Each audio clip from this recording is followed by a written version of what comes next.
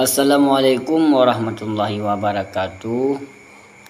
Bertanya jenuh letak persoalan yang urang tanya mbak lun tuan. Pakan lun tungku hek tak lum doa Allah Taala hanang terima doa. Ya, nah. Geberan dalam kitab majlis bab 10 nekalet. Bahasa Bahuro Nabi Musa tengah berjajak gelewati nasiro anak muda tengah ikli-ikli. Lagi ampun Allah Taala menua aku berak sungguh-sungguh tak menua. Yang ketilik dalam Musa kala anak muda tersebut sungguh tak lagi doa. Lekal Musa, ya Rabbi amastajabta li abdika. Hai Tuhan lun, puhana ron terima doa bagi hamba ron yang sungguh tak menua.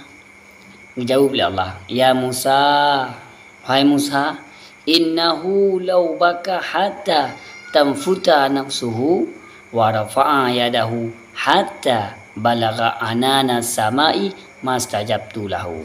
Hai Musa, seandainya urung tersebutnya namudanya ikli sampai rusak jiwa-jiwa laki ampun maklum, laki doa maklum, dan ibu jaro sampai tu ke ujung langit, tetap halun terima doa muda tersebut.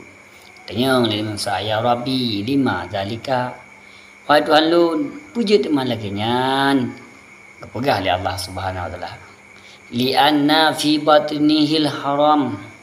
Nyan dalam perut dan mudanya nyan makanan haram. Nyan wala dhahrihil haram. Nyan olehnya lom iaitu bak arum pemuda tersebut na ata yang haram wa fi badil haram, hanya lam rumah pemuda tersebut harta haram.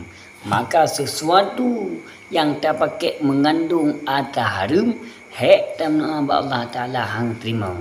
Nyan kenyan maka li tanya punya pulai doa berterima li Allah Subhanahu wa taala berhudip dalam maksiat tetapi maka beradalah ubina yang harum bek tak ada galak li kita nyoba mendung. Terima kasih kepada